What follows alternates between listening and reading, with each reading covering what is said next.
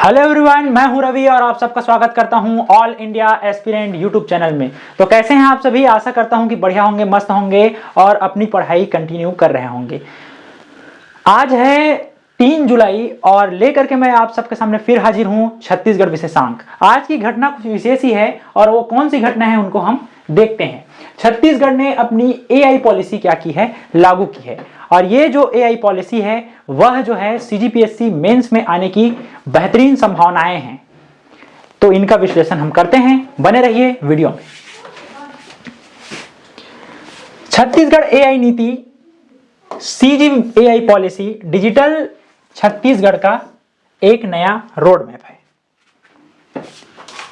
ग्रामीण लक्ष्य है इसका 4114 ग्राम पंचायतों में एआई तकनीक को क्या करना, लागू करना और एआई आधारित डिजिटल गवर्नेंस की सेवाओं को प्रदान करना। मुख्य उद्देश्य है पारदर्शिता, तेजी और कुशल नागरिक केंद्रित प्रशासनिक सेवाएं उपलब्ध कराना। ऑप्टिकल फाइबर नेटवर्क का विस्तार करना जिससे बुनियादी ढांचा में सुधार हो सके।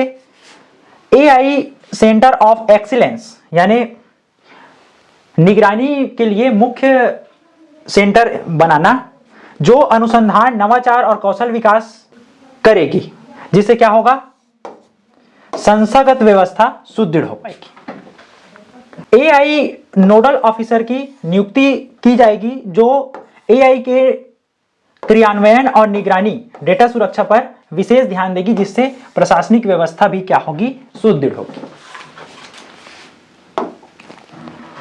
अब हम लोग देखेंगे कि मुख्य परीक्षा के अनुसार से इसका विश्लेषण हम करेंगे। तो सबसे पहले देखते हैं सिलेबस, यह कौन कौन से सिलेबस से लिंक करता है यह वाला मुद्दा।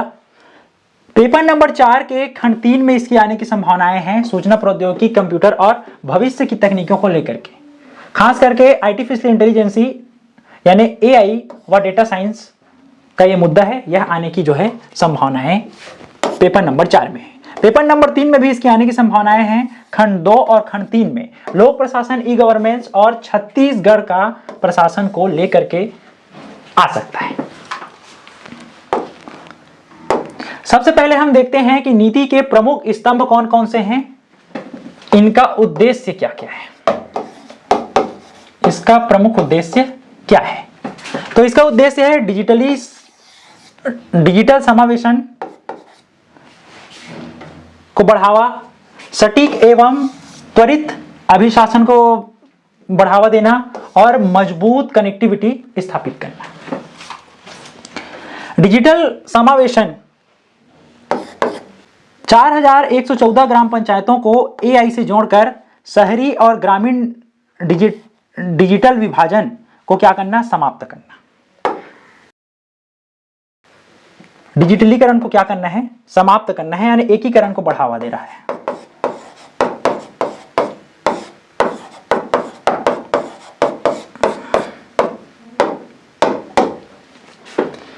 सटीक एवं त्वरित अभिशासन, सरकारी योजनाओं का क्रियान्वयन बेहतर ढंग से किया जाएगा।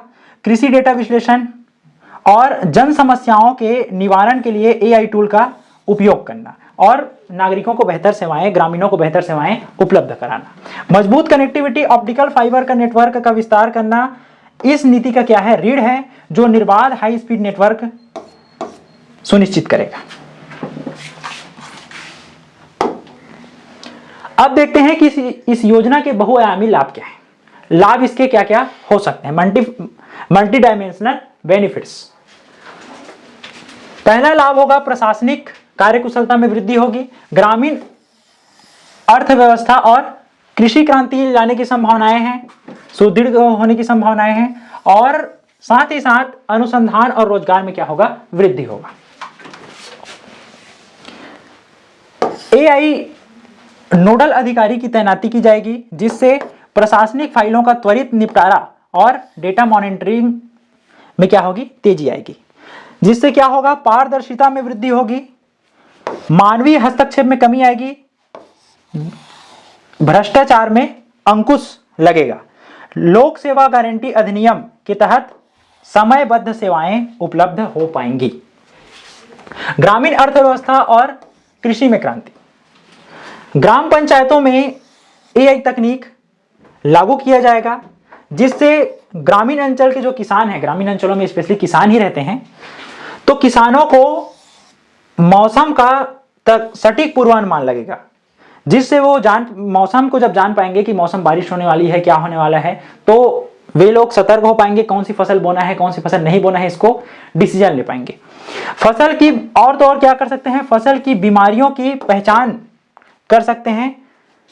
मृदा स्वास्थ्य का स्थानीय स्तर पर विश्लेषण कर सकते हैं कि कौन सी मिट्टी कौन से फसल को बोने के लायक है, और इस हिसाब से जब वो लोग क्या करेंगे, फसल बोएंगे, तो कृषिगत क्रांति होगी, और जब कृषिगत क्रांति होगी तो क्या होगा, अधिशेष उत्पादन में वृद्धि होगी। अधिशेष उत्पादन में वृद्धि होने से किसानों की आय में वृद्धि होगी। किसानों की आय में जब वृद्धि होगी तो ग्रामीण अर्थव्यवस्था क्या होगा, सुदृढ़ होगा, और ग्रामीण अर्थव्यवस्था का क्या होगा, विकास हो पाएगा।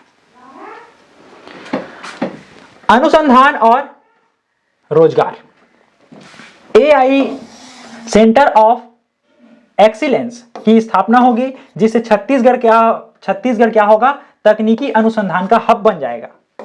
स्थानीय युवाओं के लिए उच्च स्तरीय रोजगार, AI machine learning, data analysis को बढ़ावा मिलेगा, जिससे युवाओं को रोजगार और नए स्टार्टअप के क्या होंगे, अवसर जो है उपलब्ध होंगे।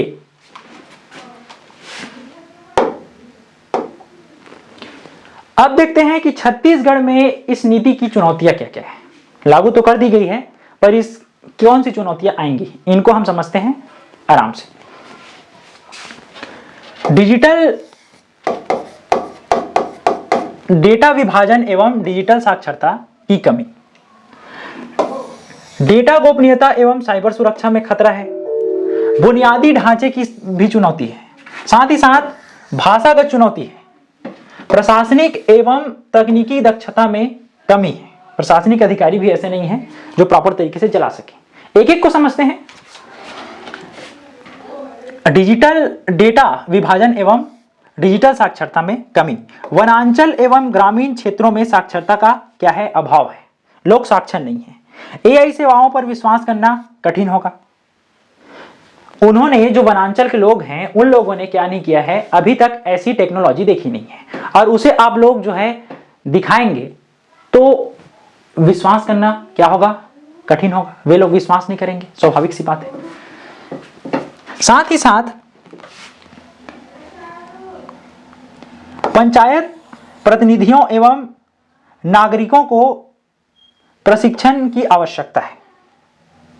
पंचायत प्रतिनिधि भी कई क्षेत्रों के ऐसे हैं जो क्या नहीं है, साक्षर नहीं है, टेक्नोलॉजी का उनको ज्ञान नहीं है, उनको जो है प्रशिक्षण की आवश्यकता है, वे लोग नहीं जानते। इसलिए तो इतना सारा लोगों के प्रशिक्षण के लिए टीम बैठानी होगी, टीम भेजना होगा, ये एक बड़ी चुनौती है, मैनेजमेंट की चुनौती है।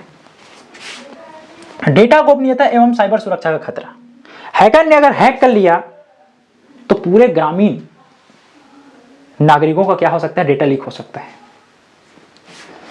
नागरिकों के संवेदनशीलता डेटा का उपयोग किया जा सकता है।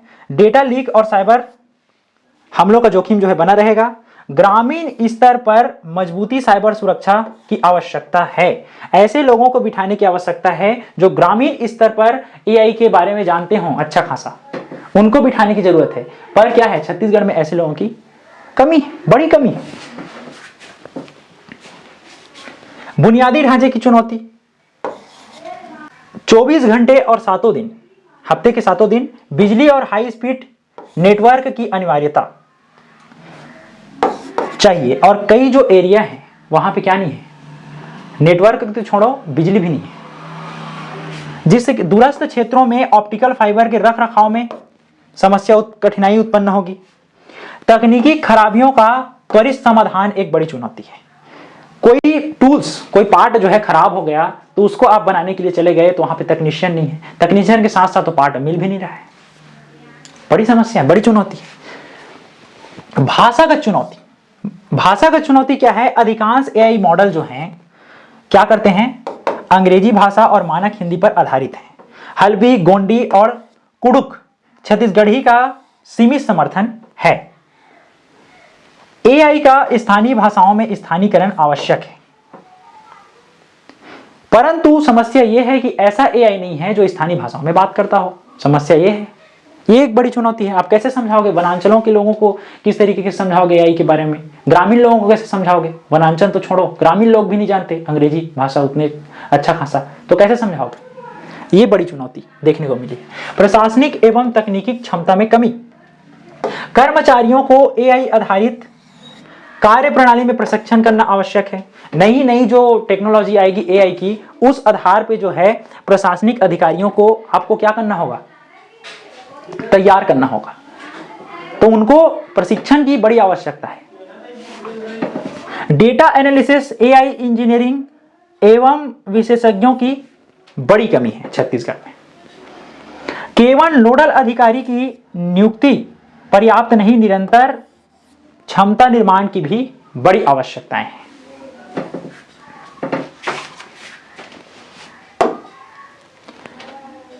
मैंने यहां पे संभावित प्रश्न बना दिए हैं, इनको आप लोगों को क्या करना है, देखना है। आप लोग एक एक को पढ़ लीजिएगा।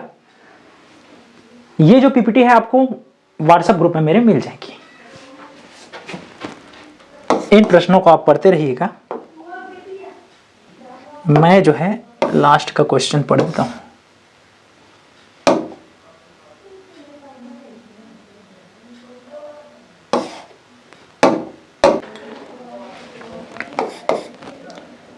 प्रश्न नंबर 4, छत्तीसगढ़ एआई नीति के प्रमुख प्रावधानों का उल्लेख करते हुए इनके आर्थिक और सामाजिक प्रभावों का आलोचनात्मक परीक्षण कीजिए। 100 शब्द 8 अंक। इनको आपको लिख के एक बार जरूर देखना है, और जब मैं पीपीटी भेजूंगा उनसे आपको मिलान कर लेना है, सिंपल से। और अगर आप चाहते हैं कि आपका जो आंसर राइटिंग चेक हो, तो आप मेरे पास भी भेज सकते हैं। मैं कितने लोगों का चेक करता हूं, बाकी लोग कई लोग भेजते हैं, तो मैं आप लोग का भी चेक करके दे दूंगा। यहां पे आप आराम से पढ़ते रहिएगा। मैंने सब कुछ लिख दिया है, प्रस्तावना, यहाँ पे मुख्य भाग, और ये हो गया निष्कर्ष। चलिए आज के लिए बस इतना ही। मिलते हैं कल ऐसी ही रोचक घटना के साथ जो सीजीपीएससी मेंस के लिए इंपॉर्टेंट होने वाली है। तब तक के लिए बाय बाय। जय हिंद, जय भारत, जय छत्तीसगढ़।